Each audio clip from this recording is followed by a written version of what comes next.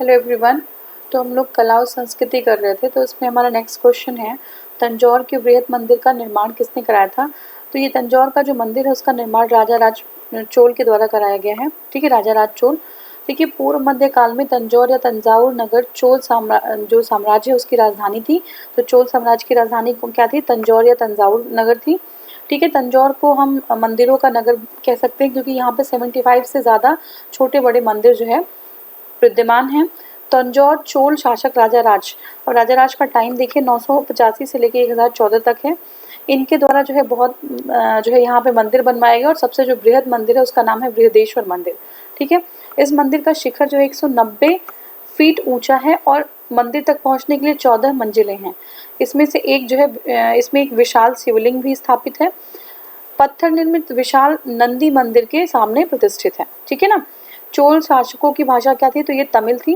देखिए, तमिल जो है ना संस्कृत भाषा से ही तमिल की उत्पत्ति हुई है, और जो है चोल के टाइम पे ही संगम साहित्य की भी उत्पत्ति हुई थी। ठीक है, तो इनकी भाषा जो है तमिल थी। और चोल सम्राटों का जो काल होता है उसको जो है शासन तमिल का साहित्य का स्वर्ण काल कहते हैं। तमिल के साहित्य का स्वर्ण काल कहते हैं।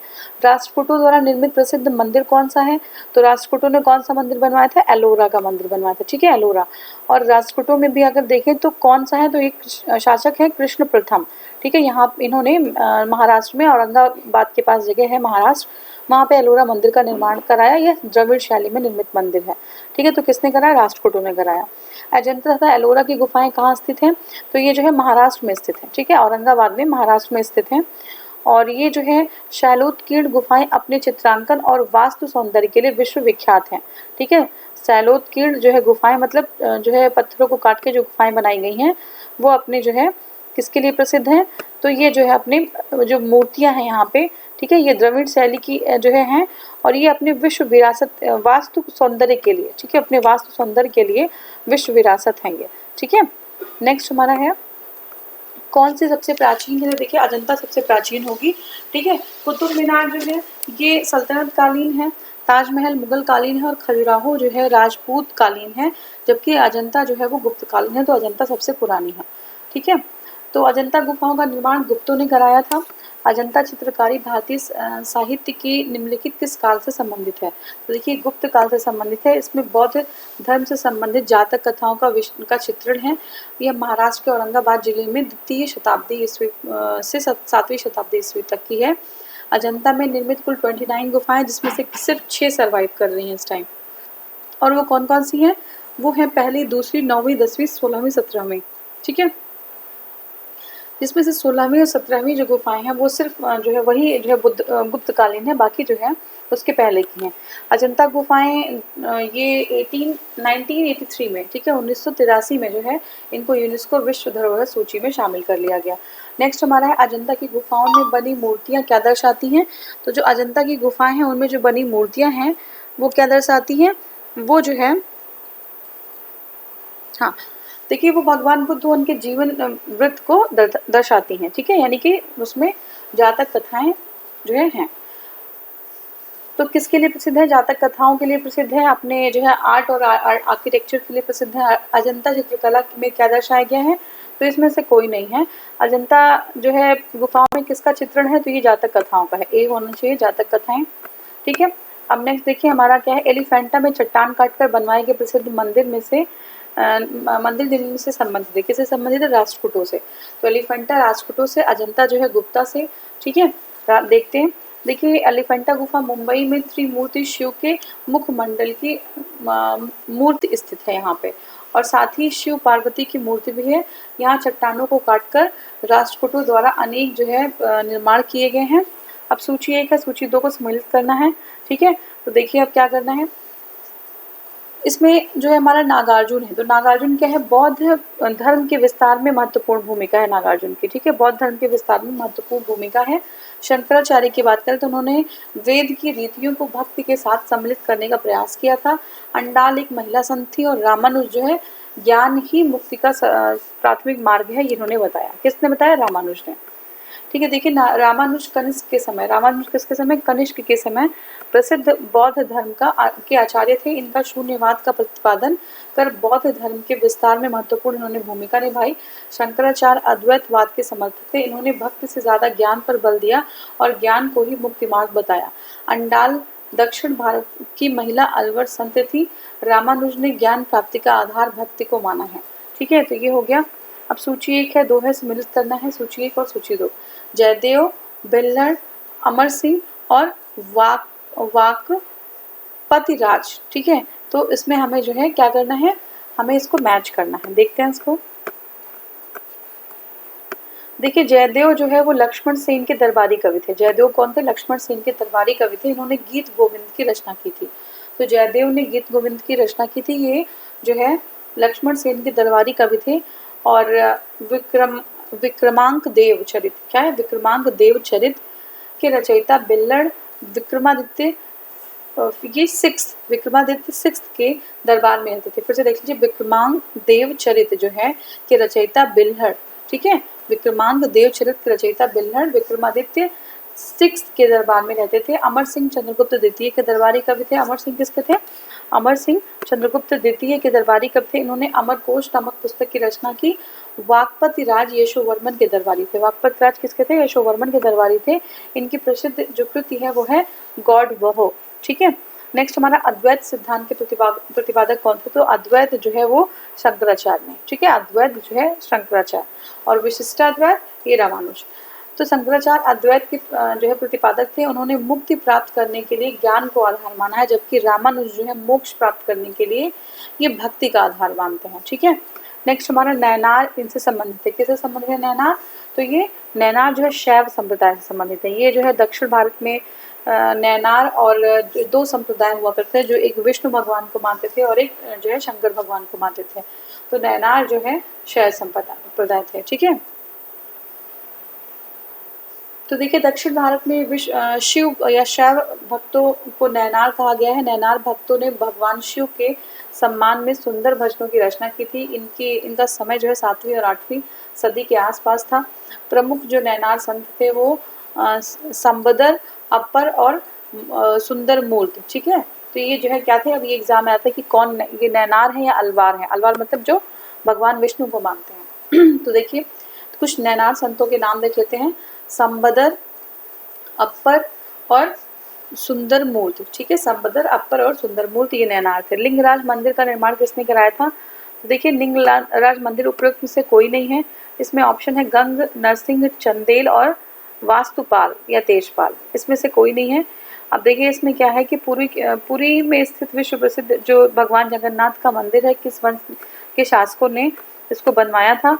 देखिए भुवनेश्वर उड़ीसा। ठीक है, भुवनेश्वर उड़ीसा में जो लिंगराज मंदिर है इसका निर्माण केसरी वंश के राजा ययाति केसरी ने कराया था। ठीक है, तो किसने कराया था? केसरी वंश के राजा ययाति केसरी ने कराया था।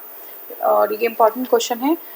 जो भुवनेश्वर है उड़ीसा है, ठीक है, वहाँ पे जो मंदिर है, ठीक है, कौन सा मंदिर? लिंगराज मंदिर। उसका निर्माण किसने कराया था? तो निर्माण जो है केसरी वंश के राजा ययाति केसरी ने करवाया था। ठीक है, यह पूर्ण विकसित आर्य नगर शैली का सर्वोत्तम उदाहरण है। यह पूर्ण विकसित आर्य नगर शैली का सर्वोत्तम उदाहरण है।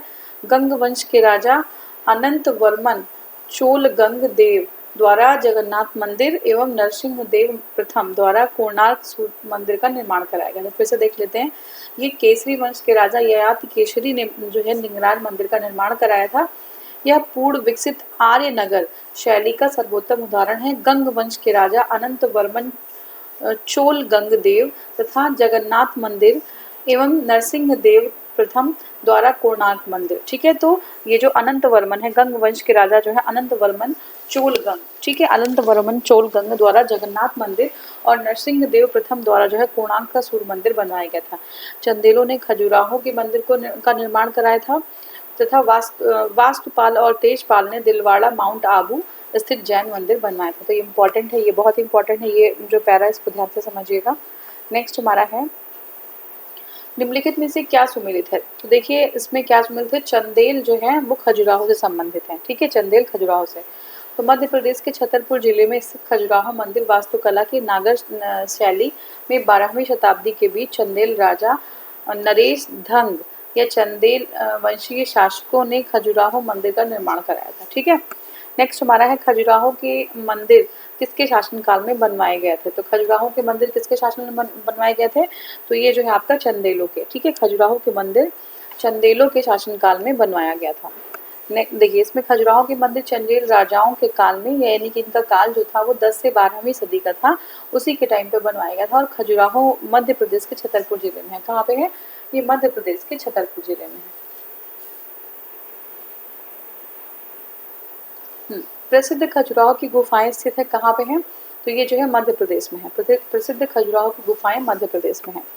देखिए खजुराहो की गुफाओं के लिए नहीं, वरन ये शैव, वैष्णव और जैन मंदिरों के लिए विख्यात है। शैव, वैष्णव और जैन मंदिरों के लिए भी विख्यात है। यह मध्य प्रदेश के छतरपुर जिले में स्थित है।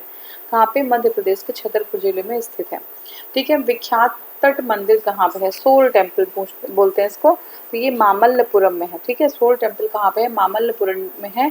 कंफ्यूज मत होइएगा, पूरी मत लगा दीजिएगा, सोल जो टेम्पल है वो मामल्लपुरम में है। ठीक है, तो देखिए विख्यात तट मंदिर जो है वो पल्लव शासक नरसिंह वर्मन द्वितीय, जो तट मंदिर है वो किसने बनाया, ये पल्लव शासक ने बनाया। ठीक है, क्या नाम है, नरसिंह वर्मन। ठीक है, नरसिंह वर्मन द्वितीय ने बनवाया। जो है राज सिंह भी कहते हैं इनको। इनका टाइम था 700 से 728। इन्होंने मामल्लपुरम अथवा महाबलीपुरम में इसको बनवाया। ठीक है, वहाँ पे मामल्लपुरम में, इसी को महाबलीपुरम भी कहते हैं, यहीं पे निर्माण कराया इन्होंने। ठीक है, तो सॉरी तो ये जो पल्लव शासक थे, इन्होंने ने ही जो है कौन सा मंदिर बनवाया, महाबलीपुरम में जो है मंदिर बनवाया, जिसको शोर टेम्पल कहते हैं। ठीक है, शोर टेम्पल। अब देखिए नेक्स्ट हमारा क्वेश्चन है, गोमतेश्वर की मूर्ति कहाँ जो है स्थित है। तो देखिए जो गोमतेश्वर की मूर्ति है वो कर्नाटक में है। कहाँ पे है, कर्नाटक में है गोमतेश्वर की मूर्ति। तो गोमतेश्वर की मूर्ति कर्नाटक में स्थित है। इसका निर्माण चामुंडा राय ने कराया था। कौन कराया था, चामुंडा राय। तो गोमतेश्वर की मूर्ति कर्नाटक में है और निर्माण चामुंडा राय ने कराया था। नटराज नृत्य के देवता की मूर्ति जो है वो जो है चोलों के वंश के हैं। ठीक है, चोल के यहाँ पे जो है ये जो मूर्ति, इस तरीके की मूर्ति कलाओं का, स्कल्पचर का ये बहुत जो है चोल बहुत ही ज़्यादा फेमस है वहाँ पे। ठीक है ना, तो हाँ, तो देखिए इसमें स्थापत्य के साथ साथ तक्षण कला यानी कि स्कल्पचर, ठीक है, तक्षण कला भी कहते हैं स्कल्पचर को हिंदी में, के क्षेत्र में चोल कलाओं या कलाकारों की सफलता प्राप्त की थी। उन्होंने पत्थर या धातु की बहुसंख्यक मूर्तियों का निर्माण किया था। चोल शासक के अधिकांश जो शासक थे उत्साही शैव थे वो। ठीक है, इस काल में शैव मूर्तियों के निर्माण जो कार्य था शैव मूर्तियों का वह अधिक हुआ। सबसे सुंदर जो मूर्ति है वो नटराज की है और जो बहुत अधिक संख्या में मिलती है। ठीक है ना, नेक्स्ट हमारा मीनाक्षी मंदिर कहाँ अवस्थित है, तो ये जो है आपका मीनाक्षी मंदिर मदुरई में है। ठीक है, मदुरई में मीनाक्षी मंदिर कहाँ पे है, मदुरई में है। ठीक है, तो मीनाक्षी मंदिर तमिलनाडु के मदुरई शहर में स्थित है। ठीक है, मीनाक्षी मंदिर कहाँ पे है, ये तमिलनाडु के मदुरई शहर में जो है शहर का एक प्रसिद्ध मंदिर है। और इस मंदिर को मीनाक्षी सुंदरेश्वर मंदिर या मीनाक्षी अम्मान मंदिर के नाम से जानते हैं। तो क्या कहते हैं, मीनाक्षी मंदिर कहाँ पे, तमिलनाडु के मदुरई में है और ये जो है शहर में स्थित है। इस मंदिर का जो निर्माण है वो मीनाक्षी सुंदरेश्वर मंदिर या मीनाक्षी अम्मान मंदिर के नाम से जाना जाता है इस मंदिर को। ठीक है, तो मंदिर मदुरई में है, मीनाक्षी सुंदरेश्वर या मीनाक्षी अम्मान मंदिर के नाम से भी जाना जाता है। नेक्स्ट हमारा तक्षशिला विश्वविद्यालय स्थापित है, तो कहाँ पे है, ये बिहार में है। तक्षशिला, अच्छा बिहार में नहीं है, सॉरी ये गलत हो गया हमारा, बिहार में तो आपका नालंदा है। ये तक्षशिला जो है पश्चिमी पंजाब के रावलपिंडी में है। ठीक है, कहाँ पे है, पश्चिमी पंजाब के रावलपिंडी में है, अब पाकिस्तान में है ये। उत्तर पश्चिम में 20 मील की दूर पर सराय कला नामक रेलवे स्टेशन के समीप है। ठीक है, कौन सा रेलवे, सराय कला नामक रेलवे स्टेशन के समीप है। प्राचीन काल में यह गांधार महाजनपद की राजधानी थी। किसकी, गांधार महाजनपद की राजधानी थी। तक्षशिला की ख्याति बौद्धिक केंद्र के रूप में सर्वाधिक है। ठीक है, तक्षशिला की ख्याति किसके रूप में है, बौद्धिक केंद्रों के रूप में सबसे ज्यादा है। इसकी पुष्टि बौद्ध ग्रंथों तथा चीनी यात्रियों के वृत्तांतों से हो जाता है। ठीक है, 7वीं शताब्दी पूर्व से 4वीं शताब्दी ईस्वी तक तक्षशिला को ज्ञान और विद्या का केंद्र बने रहने का सौभाग्य मिला है। ठीक है, कोणार्क मंदिर कब निर्मित हुआ, तो ये 1245। ठीक है, टाइम कितना है कोणार्क मंदिर का, 1245। नेक्स्ट हमारा है कोणार्क मंदिर कहाँ पे स्थित है? तो देखिए उड़ीसा में है कोणार्क मंदिर। ये सूर्य देवता को समर्पित है। ये सामान्यतः काली पगोड़ा के नाम से जाना जाता है, ठीक है। तो इस मंदिर का निर्माण 13वीं सदी के गंग शासक नरसिंह देव प्रथम ने किसने कराया था? तो इसका जो निर्माण है वो जो है 13वीं सदी के गंग शासक ने 13वीं सदी के गंग शासक ने इसका निर्माण कराया था। इनका नाम है नरसिंह देव प्रथम, ठीक है। इस मंदिर के आधार पर 12 पहिए या चक्र निर्मित है, ठीक है। तो इसको 12 पहिए इसमें निर्मित हैं। 12 चक्र 12 राशियों के प्रतीक हैं और सूर्य के 7 घोड़े उनके किरणों के रंगों के प्रतीक हैं, ठीक है। किरणों के रंगों के प्रतीक हैं। अब देखिए पुरातन भारतीय विश्वविद्यालय के अवशेष कहाँ पाए गए हैं? तो ये आपका है नालंदा, ठीक है। नालंदा में पाए गए हैं। प्राचीन भारतीय विश्वविद्यालय के अवशेष नालंदा में पाए गए हैं। नालंदा विश्वविद्यालय पटना बिहार से 64 किलोमीटर दक्षिण में बड़गांव नामक स्थान में स्थित था।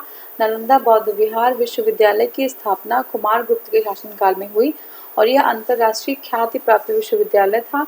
बाद में पाल वंश के शासकों ने विक्रमशिला के विश्वविद्यालय की ओर ज्यादा ध्यान दिया और नालंदा का वैभव कम हो गया। तो किसने ये काम किया? ये पाल शासकों ने किया।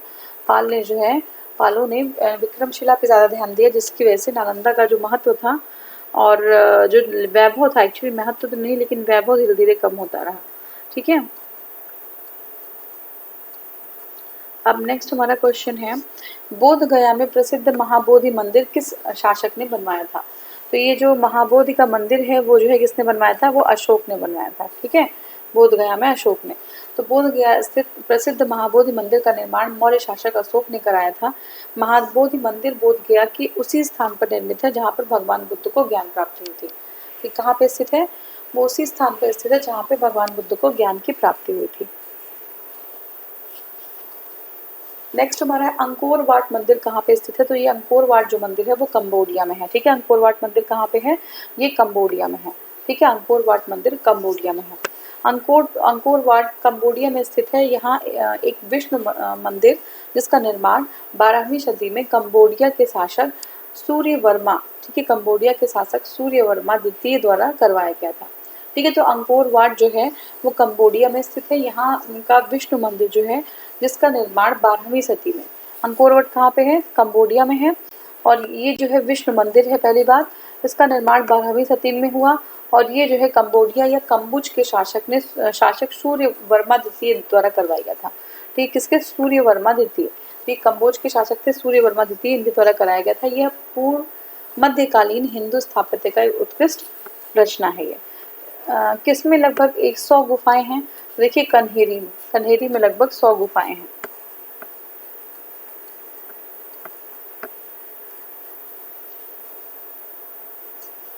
महाराष्ट्र में मुंबई से लगभग 200 मील उत्तर में कन्हेरी नामक गुफाओं का एक विशाल समूह स्थित है, ठीक है। तो इसमें कन्हेरी नामक गुफाओं का एक बहुत बड़ा विशाल समूह स्थित है। अनेक वर्षों तक इन गुफाओं में बौद्ध भिक्षुओं का निवास रहा है, ठीक है।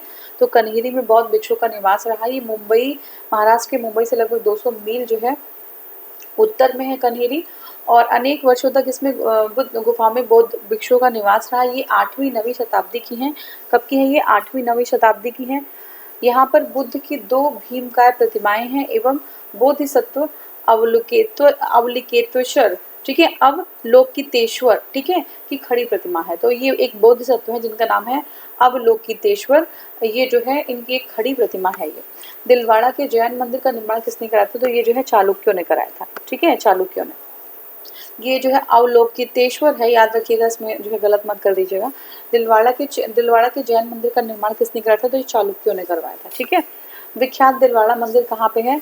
देखिए ये जो है चालुक्य राजाओं द्वारा निर्मित है। ये गुजरात के अनहिलवाड़ा तथा राजस्थान के आबू पर्वत पर अनेक भव्य मंदिरों का निर्माण कराया था।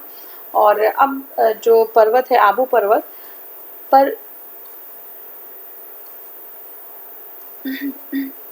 2 प्रसिद्ध संगमरमर के मंदिर हैं जिन्हें दिलवाड़ा का जैन मंदिर कहा जाता है। पहले आदित्यनाथ की मूर्ति है इसमें पहले में, और दूसरे मंदिर में मंदिर को तेजपाल कहा जाता है। पहले मंदिर का निर्माण भीमदेव प्रथम के मंत्री विमल शाह ने कराया था। तो पहला जो मंदिर है जिसमें आदित्यनाथ की मूर्ति है इसका निर्माण भीमदेव प्रथम के मंत्री विमल शाह ने कराया था। अब नेक्स्ट क्वेश्चन हमारा, ईसा की तीसरी सदी से जब से हूणों के आक्रमण ने रोमन साम्राज्य को समाप्त कर दिया, भारतीय व्यापारी अधिकाधिक किस पर निर्भर रहते थे? तो ये जो है साउथ ईस्ट एशिया के व्यापार पर, ठीक है। जब रोमन एम्पायर हूणों के आक्रमण की वजह से समाप्त हो गया तो जो इंडियंस थे वो दक्षिण पूर्व एशियाई व्यापार पर निर्भर रहते थे। किस पे? दक्षिण पूर्व एशियाई व्यापार पर ये निर्भर रहते थे, ठीक है। तो ये हो गया हमारा। अब देखिए, तीसरी सदी ईस्वी में हूणों द्वारा रोमन साम्राज्य के पतन के बाद भारतीय व्यापारियों ने दक्षिण पूर्व एशिया के साथ व्यापार को बढ़ावा दिया, ठीक है। तो तीसरी सदी में हूणों द्वारा रोमन साम्राज्य के पतन के बाद भारतीय व्यापारियों ने दक्षिण पूर्व एशिया के साथ व्यापार को बढ़ावा दिया, ठीक है। तो ये हो गया हमारा। तिरुपति मंदिर कहाँ पे है? तो ये देखिए आंध्र प्रदेश में है तिरुपति मंदिर, ठीक है, आंध्र प्रदेश में है। तिरुपति मंदिर आंध्र प्रदेश में 7 पहाड़ियों के झुंड के शिखर पर स्थित है। ये कहाँ पे है? तिरुपति मंदिर आंध्र प्रदेश में 7 पहाड़ियों के झुंड के शिखर पर स्थित है। यह मंदिर दक्षिण भारतीय मंदिर स्थापत्य का एक अद्भुत नमूना है, ठीक है। दक्षिण भारतीय मंदिर की स्थापत्य का एक अद्भुत नमूना है। अब देखिए महाबलेश्वर स्थित है कहाँ पे? तो महाबलेश्वर है आपका महाराष्ट्र में, ठीक है। महाबलेश्वर कहाँ पे है? तो ये महाराष्ट्र में स्थित है, ठीक है। देखिए महाबलेश्वर महाराष्ट्र का सुंदर पहाड़ी नगर है। यहाँ झील तथा सुंदर बाग है, ठीक है। क्या है? झील और सुंदर बाग है महाबलेश्वर में, ठीक है। तो ये हो गया आपका। यह पुणे से 120 किलोमीटर दूर है। कहाँ पे है? पुणे से 120 किलोमीटर की दूरी पर है, ठीक है। महाबलेश्वर, महाबलेश्वर कहाँ पे? महाराष्ट्र में है। महाराष्ट्र का सुंदर पहाड़ी नगर है। यहाँ झील और सुंदर बाग है। यह पुणे से 120 किलोमीटर की दूरी पर है। यह एक पर्यटक स्थल है, ठीक है। तो यहीं पे हम लोग इसको ड्रॉप करते हैं। नेक्स्ट वीडियो में हम आगे की चीज़ें कवर करेंगे। Thank you so much for watching.